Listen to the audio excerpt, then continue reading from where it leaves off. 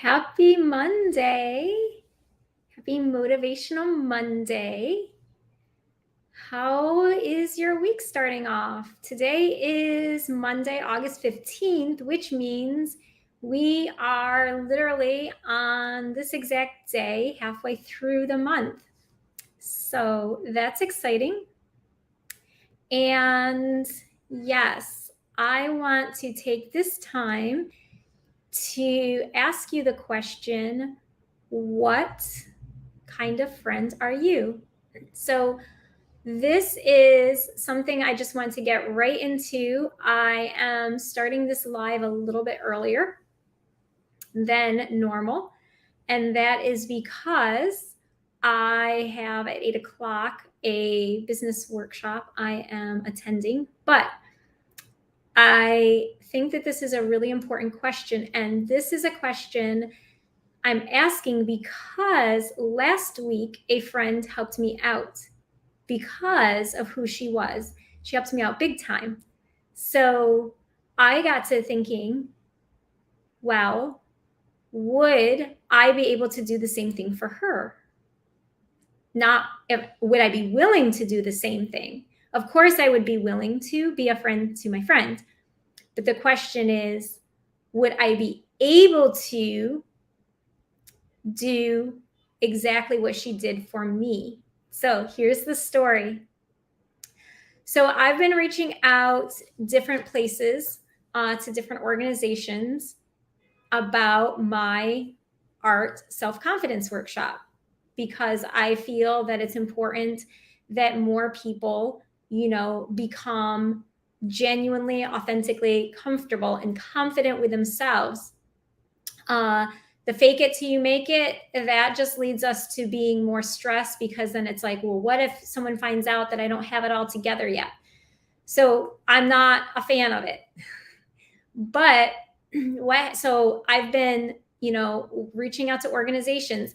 So I was doing a little FaceTime call with a friend of mine a couple weeks ago, and she said, hey, I'm going to send you two people to reach out to that I think they would like your art therapy workshop. And I said, awesome. Thank you so much.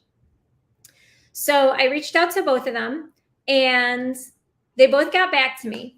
But the one person in particular who got back to me, it made a very strong impression on me because he said, oh, because this person, and he gave her name, I'm not going to say her name, but because this person referred you, she must be serious. She must actually believe in who you are and what you have to offer. She would have never sent me anyone who was not any good. So because of her, I am going to set up a meeting as soon as my schedule allows and, have you come in and we're going to chat, which he did. He made time in his busy schedule, not because of me, not because of even what I had to offer, but because of who had referred me to him. And I said to myself, wow, that is amazing. Her reputation is what gave me an opened a door for me to be able to have a meeting and have someone say to me, ultimately, in the end, yes, I want to bring you on board in the fall to do your workshop. But it was only because of her name and it was only because of her reputation. If I had just cold called him, he may have just been willing to meet with me, but he would have probably done it at his convenience, maybe in a month or two. But he literally moved me ahead because of who recommended me. And I know I'm repeating myself, but I feel that this is incredibly important because could I do the same thing to her? If I said to her, hey, I know that you're trying to accomplish X, Y, and Z. Here's two places to reach out to, which I would be absolutely happy to refer her to. Would the people who I referred her to be like, oh, because you know Beth, because you are friends with Beth, I'm opening the door right away to you. I'm going to bring you in. I'm going to set up a meeting and see how we can partner together, how we can work together, simply based on my reputation. Can I do that for her? I would hope so. I absolutely would hope so. But what I think is really important is that who we are as individual women or men, not only impacts our life, it literally can impact other people's lives because of who we are associated with or who is associated with us, right? So we literally, our reputation, I feel based on this experience, and I've been thinking about this, it really is more than just for ourselves. It's what will allow us to effectively help other people. And so that was something that I want to ask you. What kind of friend are you? And are you the type of friend who has like that really high reputation that can open doors for other people as well as yourself? So, part of the healing journey and being free, having spiritual and emotional, psychological, just even physical freedom, financial freedom, freedom in our health, like all types of freedom, whatever it happens to be. We can't get that freedom if we don't ask ourselves the hard questions. So that can be a hard question. What's my reputation? How do others perceive me? And is my reputation something that will benefit me and benefit others? Because, if you think you're here on planet Earth just for yourself, you're not. I'm breaking that news flash to you right now. You're just not. That's it. You're here for yourself to do God's work. You have a purpose, and that purpose involves other people. So, here is the other thing, because it is important who we are around, who we surround ourselves with. So if we have like a great reputation, right? We want to also surround ourselves with people who are going to help us maintain that reputation, who are, it does say, do not be unequally yoked. And I don't remember the verse reference off the top of my head in the Bible, but people think that means marriage. Any type of partnership, marriage is a partnership. So of course you don't want to be unequally yoked. You don't want to be someone who has integrity and married to a spouse, obviously with no integrity, right? Because you're staying faithful to them in the relationship with your integrity, and they're cheating all over the place, right? So obviously, but unequally yoked has to do with business. It has to do with friendships. These things are super important, who we are connected with. So here's some things. This is something I think it's really good. I saw something else earlier today that made me think about friendships. And so it was, let me look at my notes here. Don't invest in someone who doesn't invest in you. It's great advice to a point, but someone has to make the first move. So how can you know who to invest in? Because maybe the other person is coming at you and saying, I don't want to invest in you until I see how you invest in me, right? Someone has to make the first move. Otherwise, it's a standstill. So how do we know that the people we're investing in are worth investing in, are going to be equally yoked with us, so that we still have our reputations that we can maintain at a high level? And so here are a couple things that I suggest for looking at yourself to see what kind of friend you are, and looking at other people to see what kind of friends they will be. Observe and listen, right? Listen to their words. How do the people that you are around talk? What kind of words do they use? Are they using complaining words? Oh, it's too hot today. Oh, it's too cold today. They complain about the weather. They complain about inflation, which is a real thing. And I'm not trying to be insensitive, but everything is a complaint, whether it's serious or minor. It's like constant complaint. Or is it thankfulness? Well, it's hot out today.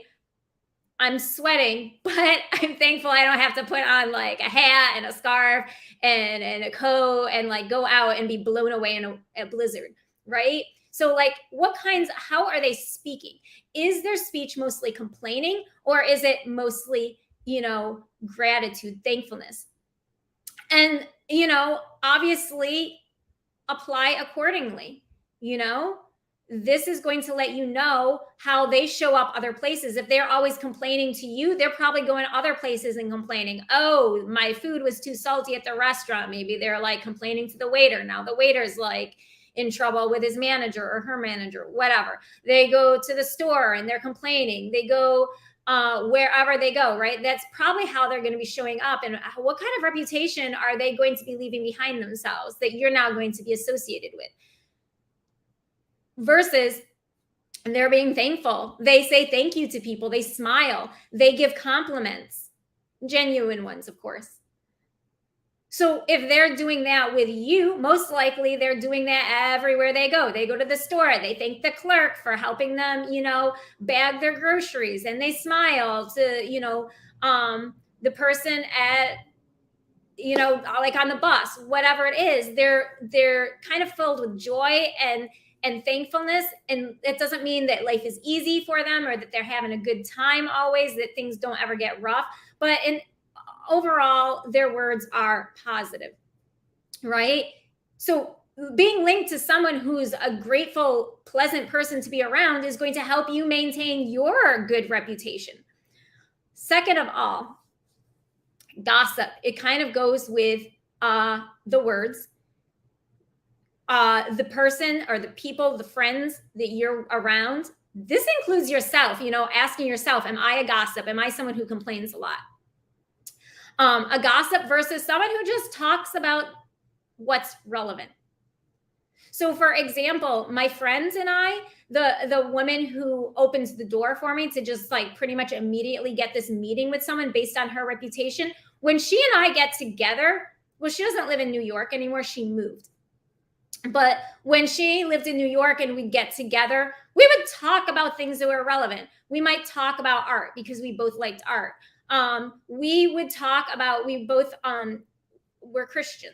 So we would talk about the things that we were doing in our ministries, right? We were talking about things that were productive, right? So that means, guess what? Every time she went out somewhere, all of her other conversations with people were most likely productive, like building people up, like, let's see how we can work at this, like plans for, whether it's your business or, it could be even just like a party, like you're planning a surprise party for someone versus gossip. Well, if someone is gossiping to you about someone, they're probably gossiping about you I think I said this backwards. If you're having a conversation with someone and they're gossiping to you about other people, when they get with other people, most likely they're going to be gossiping with you. And do you want to be associated with someone who has a reputation as a gossip? Thankfully, when I was thinking about this, I was like, I don't know that many people who have that habit. I think I just kind of avoid it. I just stay away from it. And when I am in a situation where there's gossip, it's just weird to me. It is weird. I was in a cafe the other day doing some work, and there were two girls. Maybe I'm gossiping about the two girls, but I don't think so. This is like my point. There are these two girls, and they literally called their friend stupid. They're like, well, I don't know. She just does stupid things. Most likely, when they get to their friends that they called stupid, they're calling other people stupid. It's gonna, like, the behavior is going to, follow the person. So listening and observing, if you're hearing someone gossip or put down people, especially people who they claim to be friends with, don't bother with them. They're not going to build your reputation up. Now, I'm not saying to be rude to them, but you don't need to have them close. You can smile, be pleasant. Hi, how are you? And keep it moving. Also, another thing that you want to listen to is, let me look at my notes here. Are they talking about plans that they have, or are they just talking about whatever? They're just talking about like the latest celebrity gossip. And I'm not saying but it's gossip, I'm not saying that the entertainment world isn't interesting or whatever, but it's gossip. And is it going to really further your life? Maybe if you're in that as a journalist or something, but otherwise, like people just talking about whatever, or are they talking about plans, like how they are going to improve in some area, improve their finances, improve and learn how to start a business, whatever it is. Like, what are these people talking about? Are they making plans for themselves, for their family, for their community, or are they just talking about just like whatever? That means they're probably not going to be equally yoked to you, because if you are someone who's like trying to figure out and how to build generational wealth, or you're trying to figure out you're so angry, you've just gone through a divorce and you're trying to figure out how you're going to forgive your spouse, right? You are planning, you're trying to figure out how to get things to be better, to improve, and they're just talking about whatever. It's not going to be worth having that time spent. But here's really the important thing. What you want to do is be careful, because there are certain things that we want to make sure that we're not getting confused: expectations versus boundaries. So if I show up with expectations, like for example, my friend who helped me, let me do it in the reverse because I don't want to speak to her. If I help someone, I can't expect them to help me back, because they may not. The whole purpose of that meeting or that relationship or partnership may have been for me to help someone in a particular time, and that would be it, right? When we have expectations, we end up being disappointed versus, and this is also something that you want to be careful of when you're listening and observing people talk. Are the people that you're talking about their expectations? Oh, I didn't meet my expectations. Oh, this person disappointed me. I am so angry at this person because they let me down, right? Versus boundaries. Boundaries are things that, like, they're plans, the plan for how you're going to go about structuring your thought life, the plan for how you're going to go about structuring your day, your time, the plan for how you're going to have, like, for example, sex in relationships. That's a good boundary to figure out what it is. Because if there's no boundary in a relationship, you might be jumping in bed with someone every time you go out on a date. And I would ask, is that a healthy thing to do emotionally and physically? But here's the thing. Having a boundary, a clear-cut boundary in advance of dating someone, will help you know how you're going to navigate that, right? That's like a really easy one to talk about in terms of relationships. So you want to be listening to all of these things. Are you having expectations versus boundaries with other people? Are other people having expectations versus boundaries? Because the expectation leads to the anger, the unforgiveness. It leads to disappointment, which all relates back to, really primarily the emotion of anger, versus boundaries, which is going to help you to be a good friend to other people. It's going to help other people to be a good friend to you. It's going to help you know who to be equally yoked with and who you're not equally yoked with. It's going to help you to know who you want to, help and invest in, and who would be maybe a poor investment. And it's not to put someone else down, but, whether it's going to be, profitable for you and for them. So that is what I wanted to share this evening. What kind of friend are you?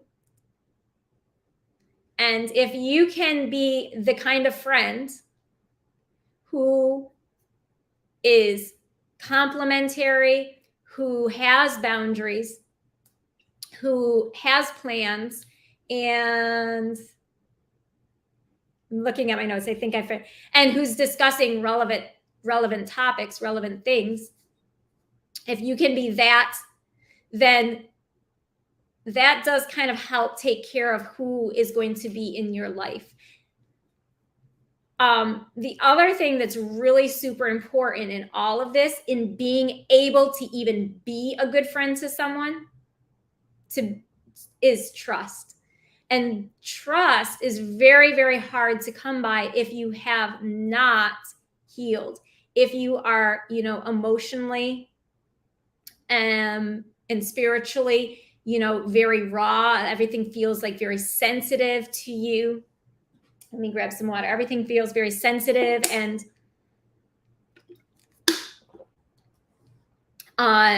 you're just not sure. You're maybe even in like confusion of, what if I trust this person? What if I invest in this person and they don't help me? What if they end up gossiping about me? What if they, right?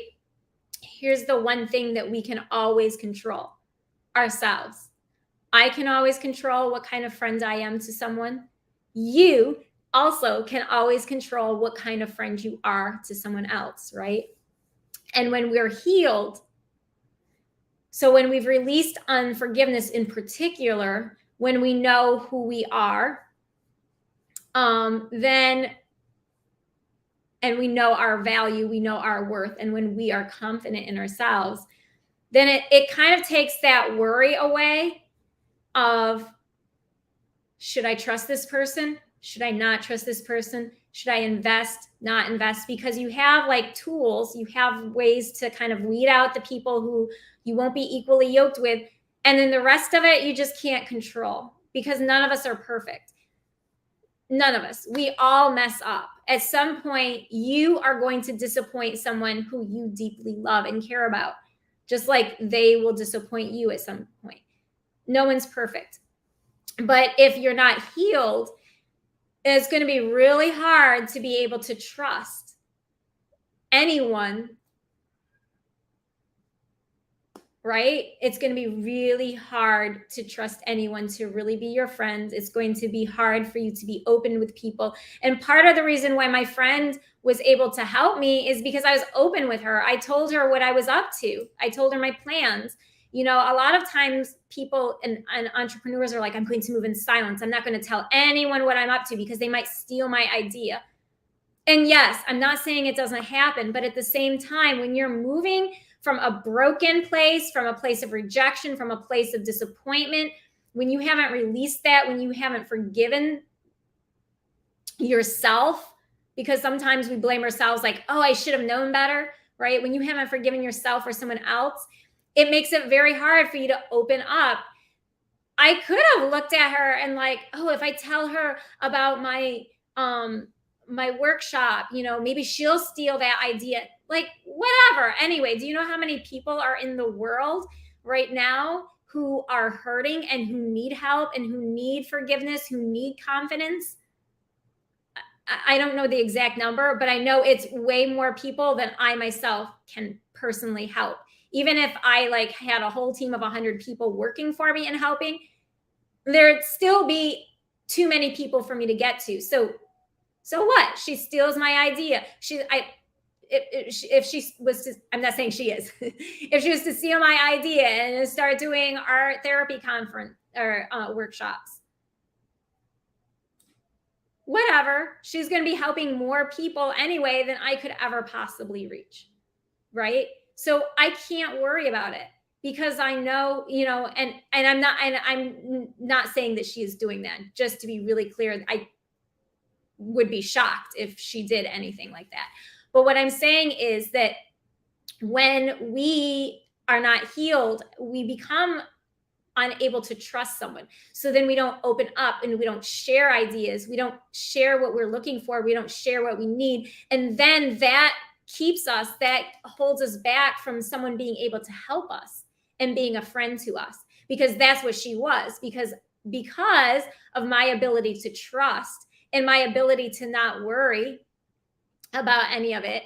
I was able to share, this is what I'm doing, this is what I need, this is what I'm looking for. And she was able to help me and open a door for me. So it is incredibly, incredibly important that we are all, you, myself, all of us are healed and healthy, so that we can not just be a good friend to someone else and have a reputation that opens up doors for them, but so that we can receive friendship from really good people. Because that is so important, being able to receive, like a compliment. Someone says, hey, you look pretty. Hey, you look handsome. Do you feel uncomfortable with that? That's a question to ask yourself. So, if there's uncomfortableness when someone says, hey, that, you did a great job on that presentation. Great job. Oh, it wasn't me. Oh, okay. Thank you. Yeah. I mean, it's a sign that you're still, needing to kind of release expectations probably that you have for yourself to be perfect. Sign that you need to heal, forgive either yourself or someone else. So that's what I wanted to share. Healing is very important so that we can receive the blessings from the friends who are going to be willing to help us. And it does say in Proverbs, that's what I forgot, Proverbs 17:17, that a friend loves at all times. But we're not going to be able to receive that love from our friends if we're not healed. It's going to be really hard. It's going to be a struggle. So you can reach out to me. I have a 20-day forgiveness journal. You can do that. That can help you forgive, being able to release and be able to trust again. I can also, work with you if you are struggling with having too many expectations, but not enough boundaries, or just not knowing how to put boundaries in place. That is something that I help people with as well. So you can definitely reach out to me at evelupwithbeth@gmail.com, or you can just comment below. And I am happy to work on a plan, putting together things for you so that you can be the kind of friend who opens doors for other people and be able to receive, the love and the blessings from your friends, because it's super important. And that healing will help you to be able to get in a place where you're evenly yoked, so to speak, or an equal, like equal partnerships that are healthy. All right. So have a wonderful week ahead, and peace.